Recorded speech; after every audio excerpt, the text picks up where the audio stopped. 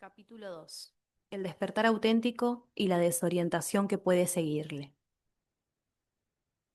La mayor parte de lo que se nos dice sobre el despertar suena como un argumento para vendernos la iluminación. Cuando tratan de vendernos algo, solo nos cuentan los aspectos positivos e incluso es posible que se nos cuenten cosas que no son verdad. En el intento de vendernos el despertar, se nos refiere que la iluminación tiene que ver con el amor y el éxtasis, la compasión y la unión y otras experiencias positivas. Suele estar envuelto en historias fantásticas, de modo que llegamos a creer que el despertar tiene que ver con milagros y poderes místicos. Uno de los argumentos de venta más habituales es la descripción de la iluminación como una experiencia de dicha. Consecuentemente, la gente piensa, cuando despierte espiritualmente, cuando sienta la unión con Dios, entraré en un estado de éxtasis constante. Por supuesto, esta es una comprensión equivocada del despertar. El despertar puede ir acompañado de dicha, porque la dicha es un subproducto del despertar, pero no es el despertar en sí mismo. Mientras vayamos buscando los subproductos del despertar, perderemos de vista la esencia. Esto es un problema porque muchas prácticas espirituales intentan reproducir los subproductos del despertar sin lograr el despertar mismo. Podemos aprender ciertas técnicas meditativas, repetir mantras o cantar, por ejemplo, y se producirán ciertas experiencias positivas.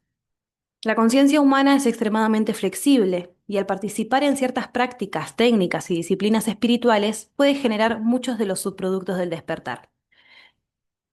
Estados de dicha, apertura y así sucesivamente. Pero lo que suele ocurrir es que acabas únicamente con ellos sin el despertar mismo. Es importante que sepamos qué no es el despertar para que no vayamos detrás de sus subproductos. Debemos renunciar a la búsqueda de estados emocionales positivos a través de la práctica espiritual. El camino del despertar no consiste en sentir emociones positivas. Al contrario, es posible que la iluminación no sea en absoluto fácil ni positiva. No resulta sencillo dejar que aplasten nuestras ilusiones. No es fácil soltar percepciones muy arraigadas. Incluso podríamos experimentar una gran resistencia a reconocer esas ilusiones que nos producen mucho dolor. Mucha gente no sabe que se va a encontrar con todo esto cuando emprende la vía del despertar espiritual. Como maestro, una de las cosas que averiguo sobre los discípulos al comienzo de nuestra relación es si están interesados en el despertar. ¿Qué quieren realmente, la verdad, o solo desean sentirse mejor? Porque el proceso de descubrir la verdad podría no ser un proceso en el que nos sintamos cada vez mejor. Puede ser uno en el que tengamos que mirarnos, no, en el que tengamos que mirarlo todo honestamente, con sinceridad, y eso puede ser fácil o no. La llamada sincera de la realidad a la realidad, la llamada sincera a despertar, es una llamada que viene de un lugar muy profundo de nuestro interior. Viene de un lugar que prefiere la verdad a sentirse bien. Si nuestra preferencia es sentirnos bien en todo momento, continuaremos engañándonos a nosotros mismos porque intentar sentirse bien en el momento es exactamente la manera que tenemos de engañarnos. Pensamos que nuestras ilusiones hacen que nos sintamos mejor. Para despertar tenemos que romper con el paradigma de tratar siempre de sentirnos mejor. Por supuesto que queremos sentirnos mejor. Esto forma parte de la experiencia humana. Todo el mundo desea sentirse bien. Nuestro cableado interno, nuestro sistema nervioso, nos lleva a buscar más placer y menos dolor. Pero en nosotros hay un impulso todavía más profundo y es lo que describo como el impulso de despertar. Este impulso de despertar es el que nos da la valentía de examinar todas las maneras que tenemos de engañarnos a nosotros mismos, el que nos llama a responsabilizarnos de nuestra propia vida. No podemos llegar a la iluminación arropados en los faldones de un maestro iluminado. No funciona así. Intentar hacer eso nos ciega. Significa que no queremos pensar por nosotros mismos, que no queremos examinar las cosas por nosotros mismos. Cuando hacemos ciegamente lo que se nos dice, seguimos ciegamente una enseñanza solo porque es antigua o reverenciada, acabamos justamente con lo que estábamos pidiendo: ceguera. Otro de los grandes errores con respecto al despertar o a la iluminación es que se trata de algún tipo de experiencia mística. Podríamos esperar una experiencia similar a la de la unión con Dios, un fundirse con el entorno o disolverse en el océano. Esto no es así, y el despertar tampoco consiste en poseer de repente una gran comprensión cósmica, comprensión de cómo está construido el universo, comprensión de cómo opera internamente lo que pensamos que es la realidad. Podría seguir indefinidamente, pero en esencia lo importante es darse cuenta de que el despertar espiritual es muy diferente a tener una experiencia mística. Las experiencias místicas son preciosas. En muchos sentidos, son las experiencias más elevadas y placenteras que un yo puede tener. El yo siempre busca la unión. En realidad, muchas de las prácticas espirituales en las que participa la gente tienen como objetivo producir experiencias místicas de esta índole. Tanto si hablamos de una experiencia de fusión o de visiones de deidades, como de sentir que nuestra conciencia se expande a través del espacio y del tiempo. Sin embargo, una vez más, las experiencias místicas no son lo mismo que el despertar. No estoy diciendo que las experiencias místicas no tengan valor o que no sean transformadoras porque suelen serlo. Las experiencias místicas pueden cambiar la estructura del yo egótico de manera radical y a menudo de maneras muy positivas. De modo que, en el mundo de las cosas relativas, las experiencias místicas tienen valor, pero cuando hablamos del despertar espiritual, no hablamos de una experiencia personal, hablamos de despertar del yo, hablamos de ir de un paradigma a otro completamente diferente, de un mundo a otro. No quiero indicar que alguien despierto no vea el mundo que tú ves. Tal como tú ves una silla, la persona despierta ve una silla. Tú ves un coche y la persona despierta también ve un coche. La diferencia consiste en que cuando uno está verdaderamente despierto, cuando uno ha ido más allá del velo de la dualidad, las cosas que parecen diferentes para todos los demás se perciben como esencialmente lo mismo. Vemos la silla y al mismo tiempo no nos percibimos separados de la silla. Todo lo que vemos, todo lo que sentimos, todo lo que oímos es literalmente una manifestación de lo mismo. Una de las señales del verdadero despertar es el final de la búsqueda. Cuando se produce un verdadero y auténtico despertar, quién somos y qué somos queda claro. Ya no hay preguntas al respecto. Está resuelto. Así, una de las señales del verdadero despertar es el final de la búsqueda. Ya no sientes el impulso, el tira y afloja. El buscador ha quedado revelado como la realidad virtual que siempre fue y desaparece como tal. En cierto sentido, ha terminado su tarea. Ha proporcionado el impulso necesario para ayudar a sacar la conciencia o el espíritu de su identificación con el estado de sueño y le ha ayudado a volver a su estado de ser natural. Ahora, si se trata de un despertar permanente, el buscador y la búsqueda se disuelven completamente. Si por otra parte el despertar no es de carácter permanente, es posible que el buscador y la búsqueda estén en proceso de ser disueltos, pero sin hallarse totalmente disueltos todavía. En cualquier caso, esta disolución del buscador mismo puede transformar la propia vida. Para los que estamos en el camino espiritual, toda nuestra identidad puede haber estado dedicada a ser un buscador. Literalmente, nuestra vida puede haber estado definida por la búsqueda espiritual, por el anhelo de Dios, de la unión o de la iluminación. Entonces, de repente se produce el despertar. El buscador, la búsqueda y toda la estructura egótica que se construye alrededor de la búsqueda espiritual desaparecen de repente. Esta identidad se ve tal como es, carente de significado e inútil, y se cae. La luna del miel del despertar. Esta caída del buscador puede experimentarse como un gran alivio. Da comienzo a lo que he denominado la luna de miel del despertar. Al mismo, al menos en mi caso, experimenté esta caída del buscador y de la búsqueda como si me hubieran quitado un gran peso de encima. Fue una experiencia muy física, literalmente sentí como si me hubieran quitado un peso que había estado acarreando. Esta es una experiencia común entre los que despiertan. Cuando la conciencia despierta de un sueño de separación, hay una gran sensación de alivio. Por eso la gente empieza a reír o a llorar, o experimenta una intensa liberación emocional del tipo que sea, sienten el alivio de haber salido por fin del estado del sueño. A veces llamo a este momento el primer beso. El despertar es como tu primer beso espiritual, tu primer beso de la realidad. tu introducción a la verdad de quién y qué eres. Esta luna de miel puede durar un día, una semana, 6 meses o un par de años. Varía según la persona. Lo característico del periodo de luna de miel es la fluidez completa. No hay resistencia en tu ser, en tu experiencia. Todo fluye, la vida es un flujo, todo parece ocurrir por su propia abolición. Es el conocimiento experimental de que en realidad todo se está haciendo y que tú, como entidad separada, no estás haciendo nada. O en el sentido más profundo, esta luna de miel es una experiencia de no resistencia completa y total. Dentro de la no resistencia, la vida fluye maravillosamente y de manera muy hermosa, casi mágica. Las cosas aparecen cuando tienen que hacerlo, se toman decisiones sin decidir realmente. En todo está presente una sensación de obviedad. Es la experiencia del espíritu sin ningún impedimento, sin la corrupción de la ilusión, del condicionamiento o de la contradicción. Este flujo puede ser una experiencia momentánea o puede durar más tiempo. Algunas personas se sienten tan inmersas en la luna de miel que durante un tiempo están casi incapacitadas, perdidas en un estado de dicha durante una semana o un mes o incluso años.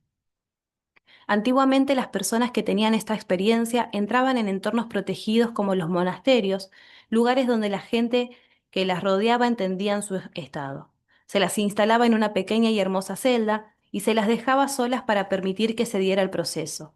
Tenían la suerte de experimentar el despertar en un contexto en el que era entendido, considerado normal y donde se le daba espacio, el espacio que se necesita.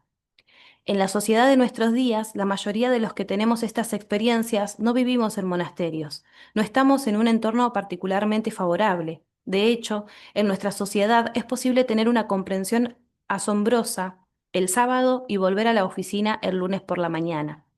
Si aún tienes la mente en estado de dicha, esto puede resultar muy desorientador. Y sin embargo, es la realidad de la situación en que vivimos. La mayoría de la gente moderna no puede darse el lujo de sentarse en una cueva durante unos meses y dejar que el ego se vaya disipando de forma natural. Este es el estado de nuestro mundo y puede ser un desafío para algunos. La desorientación que suele ocurrir después del despertar. Tanto si la luna de miel del despertar dura un día como si dura un año, en algún momento uno empieza a mirar a su alrededor y se da cuenta de que las cosas han cambiado mucho. Lo que nos orientaba en nuestras vidas ya no está ahí. Ahora se nos ha revelado que las creencias a las que nos aferrábamos y que usábamos para definirnos a nosotros mismos están vacías y no tienen sustancia. Buena parte de nuestra motivación egótica ha desaparecido y esto puede ser muy desorientador para la mente. En ese momento concreto es cuando la gente empieza a darse cuenta de que casi todas las cosas que las motivaban anteriormente en la vida eran autocentradas. No digo esto en un sentido negativo ni como un juicio. Simplemente afirmo que la fuerza que impulsa nuestra vida cuando nos encontramos en el estado de sueño es muy autocentrada. Lo que nos motiva es qué quiero y qué no quiero. Nos planteamos estas preguntas constantemente. ¿Qué puedo conseguir? ¿Quién me querrá? ¿Cuánta alegría puedo conseguir? ¿Cuánta felicidad soy capaz de lograr? ¿Cuánta infelicidad puedo evitar? ¿Puedo conseguir el trabajo adecuado? ¿Puedo encontrar al amante correcto? ¿Me iluminaré? Todas ellas son motivaciones autocentradas en el sentido de que la energía viene del estado egótico de conciencia. Una vez más, esto no es malo ni equivocado, simplemente es como es. El estado de sueño es el estado donde percibimos la separación, donde pensamos que somos una entidad y un ser separados. Ese ser separado siempre está buscando algo, amor, aprobación, éxito, dinero, tal vez incluso la iluminación. Pero cuando se produce el verdadero despertar, toda la estructura de la separación empieza a disolverse bajo nuestros pies. Allí aún sigue existiendo un ser humano, no desaparecemos en una nube de humo. Incluso nuestra personalidad permanece intacta. Jesús tenía una personalidad, Buda tenía una personalidad. Todo el que camina sobre la tierra la tiene. Incluso los niños, cuando salen del útero de sus madres, la tienen. Es una de las bellezas de la existencia que cada uno de nosotros tenga una personalidad diferente. Los perros y los gatos, los pájaros, incluso los árboles tienen distintas personalidades. La diferencia está en que una vez que hemos visto más allá del velo de la separación, la identificación con nuestra personalidad particular empieza a disolverse. Incluso si penetramos muy profundamente en la unidad y la transformación ha sido muy grande sigue estando presente una estructura básica de la personalidad. Sin embargo, lo que impulsaba nuestra personalidad, todos sus antiguos principios, orientadores e impulsos autocentrados, o bien han desaparecido o están en proceso de desaparecer. En mi propio caso, tuve mi primer vislumbre de ir más allá del velo a los 25 años. Se trató de un despertar de carácter impermanente, no fue un despertar permanente. No obstante, hubo algo con respecto a la realización que nunca me abandonó. En algún lugar de mi interior siempre supe que todo era uno, que yo era eterno, no nacido, inmortal y no creado. Entendí que mi naturaleza esencial no está limitada ni confinada por mi estructura de personalidad ni por el cuerpo que parezco habitar. Se había producido una disolución de manera radical del mundo tal como lo conocía y del yo que yo era. En realidad, era bastante extraño ir por ahí sin todas las motivaciones que antes conformaban mi vida. Aún quedaba cierta cantidad de motivación autocentrada y energía centrada en el ego, pero también una gran cantidad de disolución en el ego y en la fuerza y energía básicas que se derivan de él. Iba por ahí diciéndome a mí mismo, bueno, ¿por qué debería hacer esto? ¿Por qué debería hacer lo otro? Ya no siento la motivación de hacer esto o lo otro. Las cosas que antes me habían encantado ya no tenían el mismo atractivo. No es que las odiara o me resistiera a ellas, simplemente la energía autocentrada que antes había dirigido mis intereses hacia esos objetivos particulares habían desaparecido. Esto no deja de ser común. La gente suele venir a mí y decirme, antes tenía un montón de actividades que me encantaban hacer, tenía aficiones y me gustaba ir a las fiestas, también disfrutaba haciendo volar cometas o corriendo o cualquier cosa. Les digo que es común que algunos de estos intereses empiecen a desvanecerse, especialmente si su interés por esa actividad estaba impulsado por la energía de la separación. En el caso de estos intereses, que literalmente son expresiones de las separaciones del ego, la pregunta que surge repentinamente es ¿dónde se han ido? Si practicamos la espiritualidad, uno de los resultados que esperamos es la disolución del ego. Reconocemos el dolor del estado egótico y tenemos la esperanza de no vernos confinados eternamente en él. Pero en el despertar en sí no es lo mismo que la disolución del ego.